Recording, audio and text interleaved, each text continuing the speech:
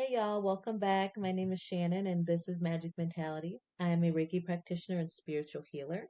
I am here to bring awareness to the spiritual effects of postpartum depression and postpartum psychosis.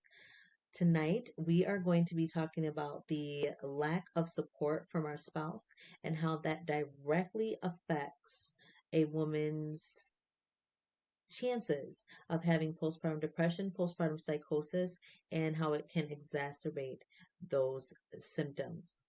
The first video that we're going to look at is from another commentator. He is called the public offender. He is somebody who I have found in the male community who speaks up a lot for women and just really speaks his truth on his opinion when it comes to the male and female relationship. Now, we are going to be looking at two different stories along with him pertaining to one woman who had a child, even though she was on the fence at first and really didn't want to be a mother, and another one who became a single mom. And then I want to really just chat about how these types of situations can really affect a woman's mental health and how it directly affects her care for herself and for her children. So let's go ahead and see what the public offender has to say, and then we'll chat. Then we'll chat a bit. Inconvenience her so much because he would inconvenience her so much, again, I don't care because ultimately that's going to show up in the rearing of the children. If the mother. And one quick thing, guys. So basically, he's starting off with talking about women who do not want to have full custody of their children at the end of their relationship.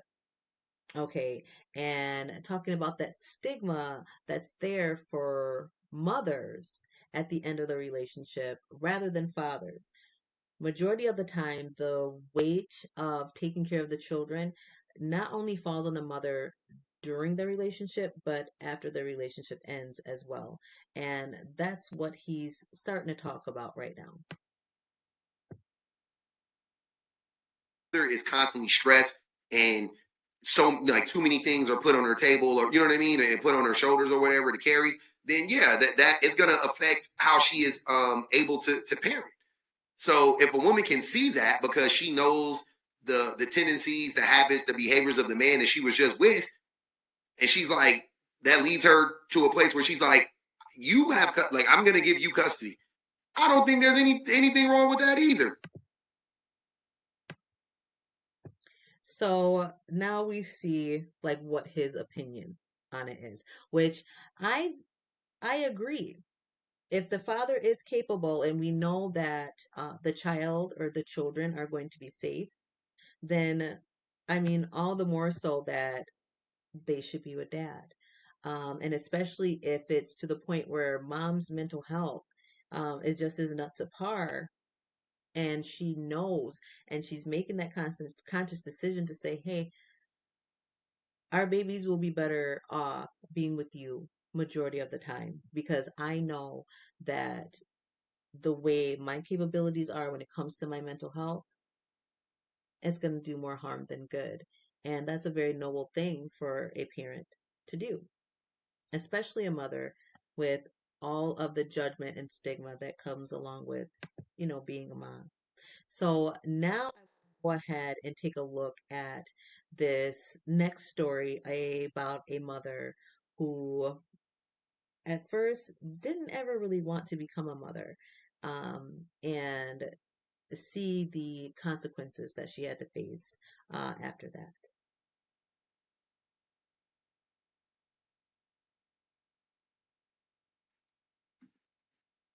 Am I the asshole for refusing full custody of my daughter after my husband asked for a divorce? I, 31 female, have been together with my husband Alex, 33 male, for 7 years. Married for 4 years.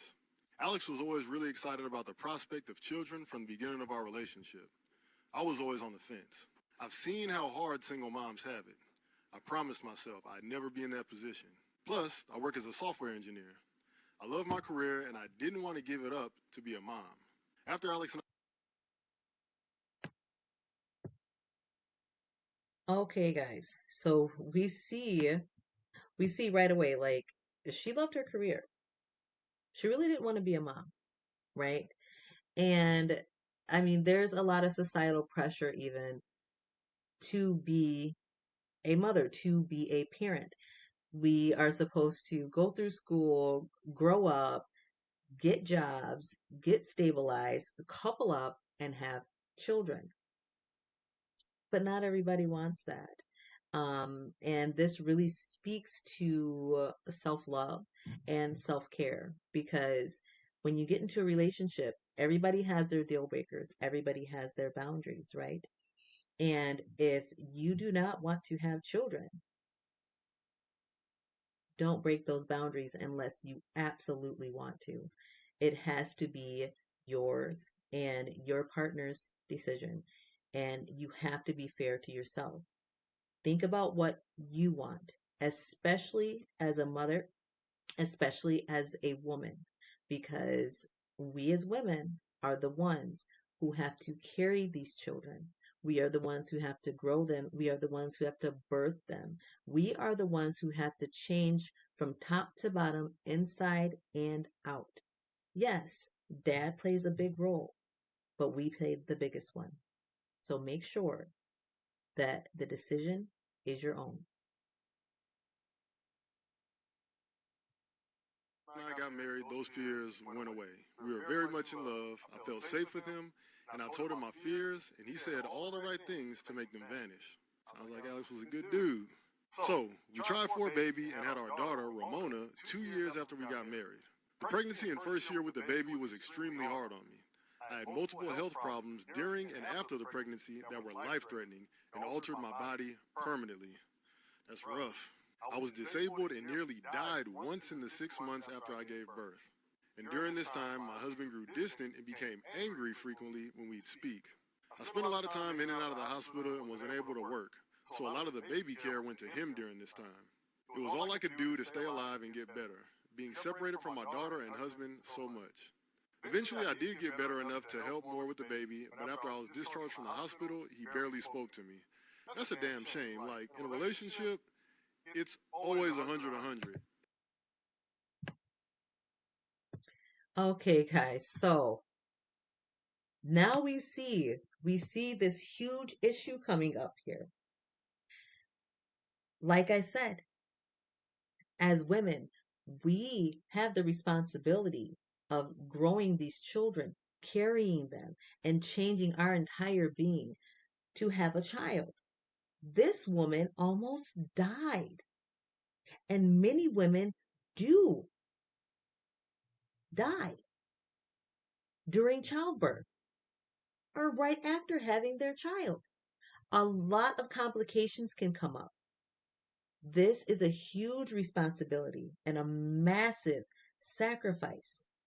Now, even though she had all of these complications, all of this stuff that went wrong with her, very scary, very serious things that happened, her husband was resentful of her, all because of what? Of him having to take care of the child, his child that he wanted, that he asked her for.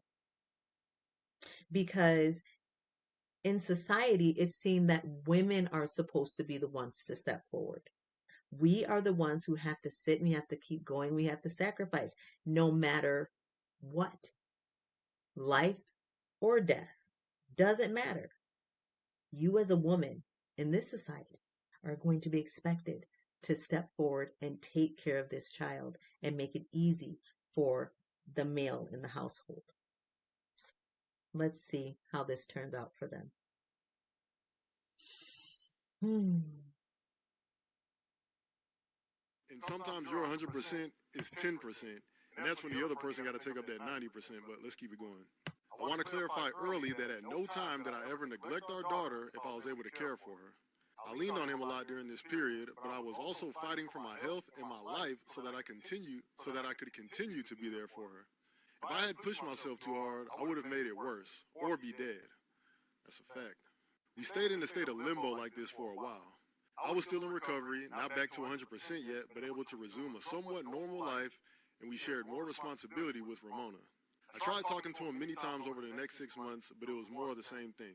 He wouldn't speak to me, or he'd get angry, and every little thing I did, insist I was making things up and blame me for somehow criticizing him. It was a constant deflection from whatever was bothering him. I got another job about 9 months after the pregnancy, and things seemed to improve for a while, or at least I thought. Not long after Ramona's first birthday, Alex served me with divorce papers.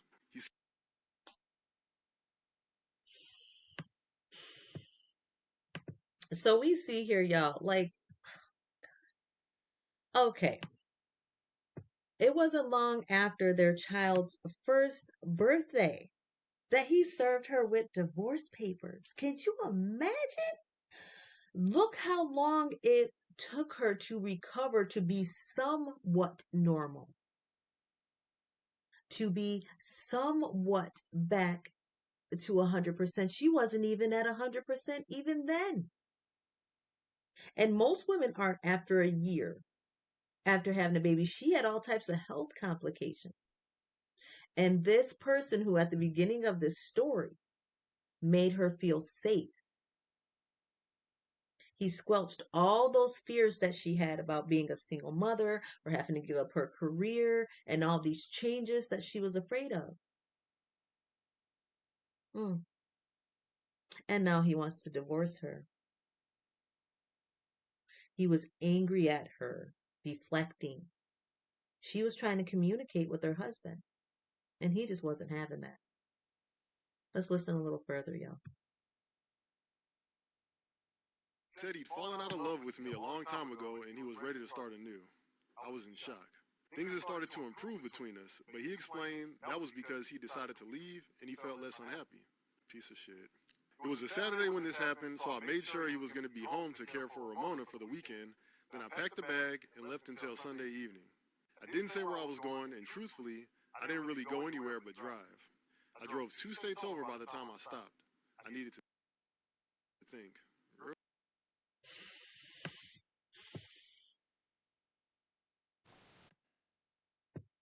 So, again, we see that mom actually was very good at self-care, okay? She made sure her daughter was fine. Her daughter's there right there with Papa Bear, and she left. She left for the whole weekend. She had to think because he just dropped this huge bomb on her that he was ready to divorce her. Because of what? Because of what? Really?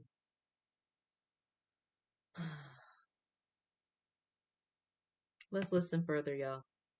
But I do like how she's putting herself first and that she's paying attention to her mental health and she's separating herself from the situation when she needs to.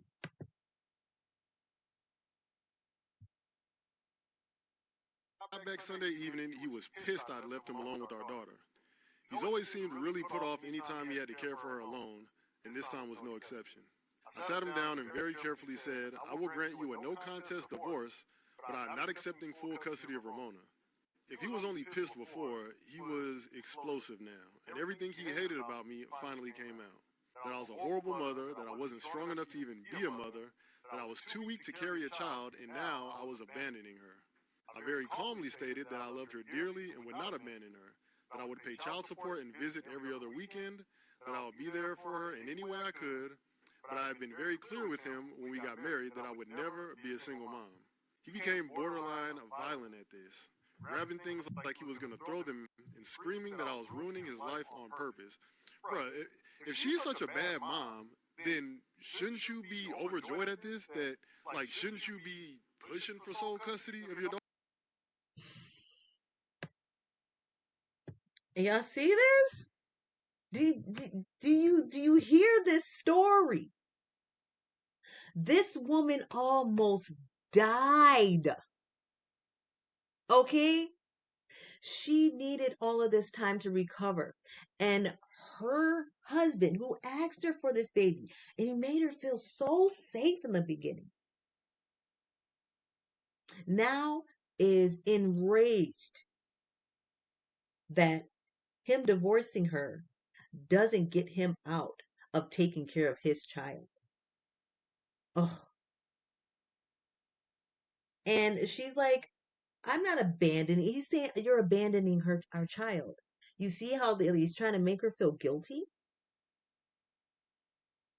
She's not abandoning her child. She's like, I'll take care of her financially. I'll get her on the weekends. That's good for everybody else. For whatever reason, he's like, how dare you? He feels so betrayed and so slighted. But he's not thinking of the fact that she had to carry this baby and almost lost her life for this sacrifice. And he's saying all these horrible things about her, but he still wants to leave his child with her. What sense does that make? See? Guilt tripping and extremely, extremely abusive.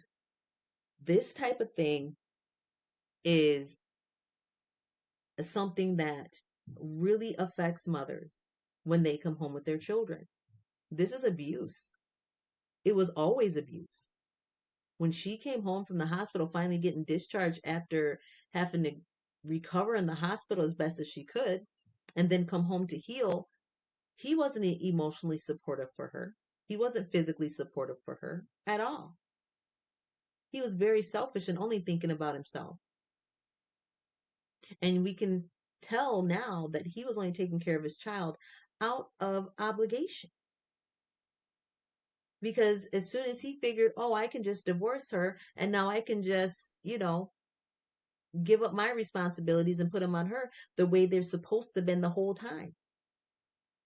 Very emotionally abusive, distant, wouldn't speak to her, any of that. Just sad. This directly affects the mother and their care for their children. But this mother really stuck to her boundaries, showed that she loved her child, but she also showed that she loves herself and that she cares about herself. And this man just couldn't take that, could he? Daughter, if she's such a Exactly. I'm glad he clocked it because y'all know I was gonna clock that shit. Exactly. Exactly. If she is so weak and frail and never was a good mom, then why do you want to leave your child with her? That's the point of that. horrible mom, I wasn't gonna stick around and be talked to like this, so I went and checked on Ramona, gave her a kiss, then grabbed my bag and left again. A couple of days later, his mother texted me. He'd left Ramona with her for a few days, and she had some nasty things to say to me. That a mother should never leave her child, etc. I told her it wasn't her business and that her son doesn't get a free pass to restart his life because his wife nearly died when she was pregnant and she became resentful with the responsibility. I love this. I love how incredibly brave and strong and mindful and quick-witted this mother is, because too many of us fall victim to the pressures that are put on us as mothers. He even got his own mother to try to guilt her and chastise her for choosing herself, because no mothers aren't supposed to leave their children. She is, and that's not what she's doing. And she was most definitely ready to go after this woman instead of holding her own son responsible. He's also blown up my phone asking me when I'm gonna come back, so quote, you can take your daughter. But I've only replied, I've already told you what's gonna happen here. I love my daughter immensely and I will be a provider for her. I will always support her, but I won't be her primary parent, so am I the asshole? This is a messed up situation all the way around. I think you are the asshole, honestly, because First off, both of y'all are the asshole. Okay. This man just listened. This man just listened to the whole story. He read it word for word, even commented here and there during it. But at the end of it all, the mom is still an asshole. The woman is still an asshole because all of the responsibility is put on the mother. This is why this is so dangerous, because we are not allowed to feel safe. We are not allowed to feel secure. We are not allowed to feel comfortable. We are not allowed to feel emotionally supported by our spouse and by the people around us. We are programmed to believe that we have to do it all without complaint, no matter how we're feeling. Women are taught that we are supposed to sacrifice, and it is dangerous. It's not right. Because when it boils down to it, if a woman is suffering from any type of mental illness, postpartum depression, or postpartum psychosis, this is why she's less likely to ask for help, because of this, of somebody pointing the finger at her and saying how wrong she is to think of herself, how wrong she is to put herself first, how wrong she is, how dare you love yourself more than you love that child. And that's not what it is. How dare you care for yourself more than you care for that child? Excuse me. The way we care for ourselves directly affects the way we care for our children. Our mental health directly affects our children. And that's all there is to it.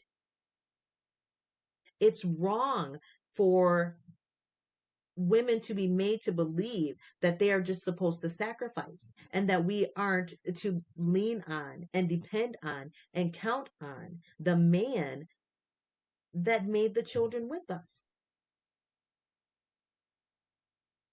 This is why this is so dangerous, and this is why more needs to be done. Parenting classes need to be required for the mother and the father, whether they're in a relationship or not. Support needs to be required when these women are going home with these brand new babies with this state of mind. They are fragile, vulnerable, and open, and they need to be taken care of. It's so important. Even this man, after reading this whole story, still decided to call the mother an asshole.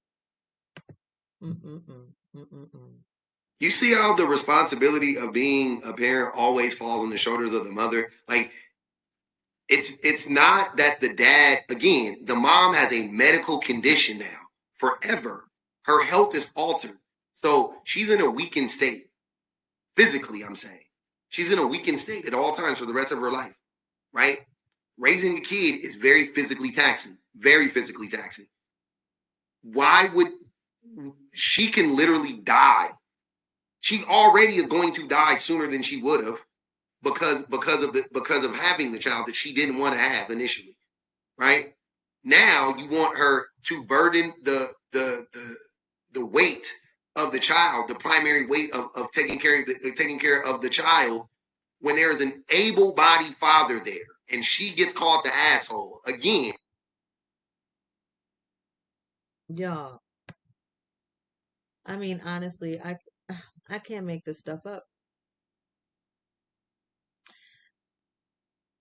The way that self-care and self-love would have helped this woman avoid so many pitfalls and so many strikes to her health, as if she would have just really stuck to her instincts, stuck to her boundaries, and said, no, I told you before that I don't want to have a child.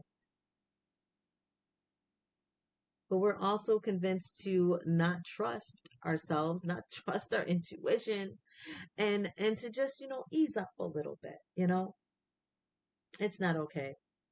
It really isn't.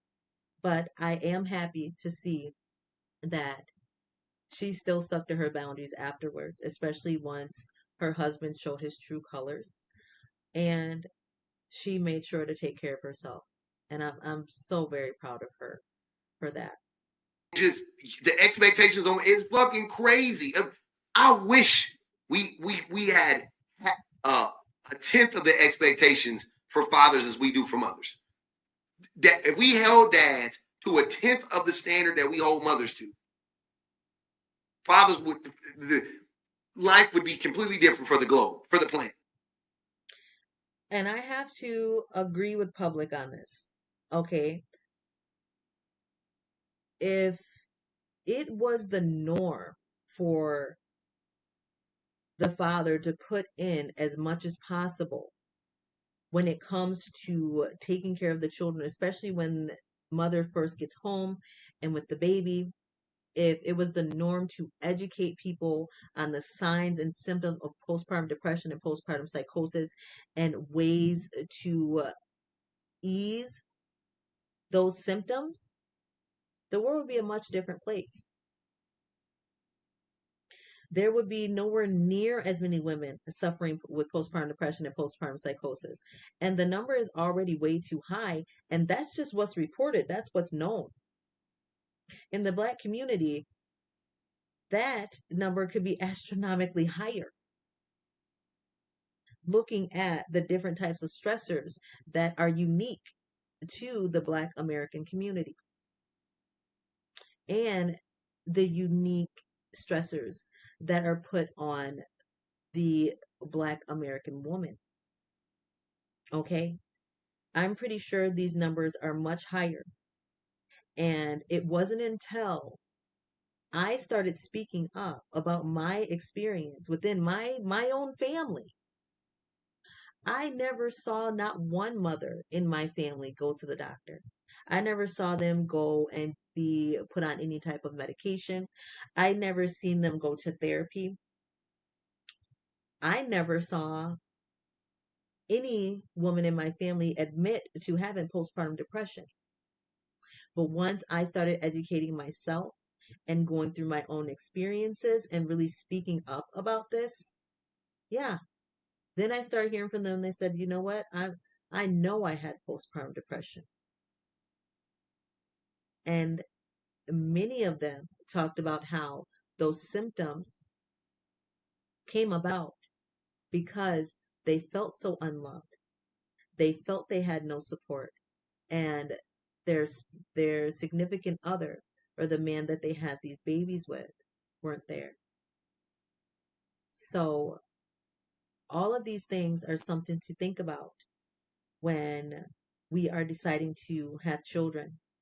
Because just because you are married, okay, just because you're married, like this woman was, doesn't necessarily mean that you are going to have all of the support that you need, okay?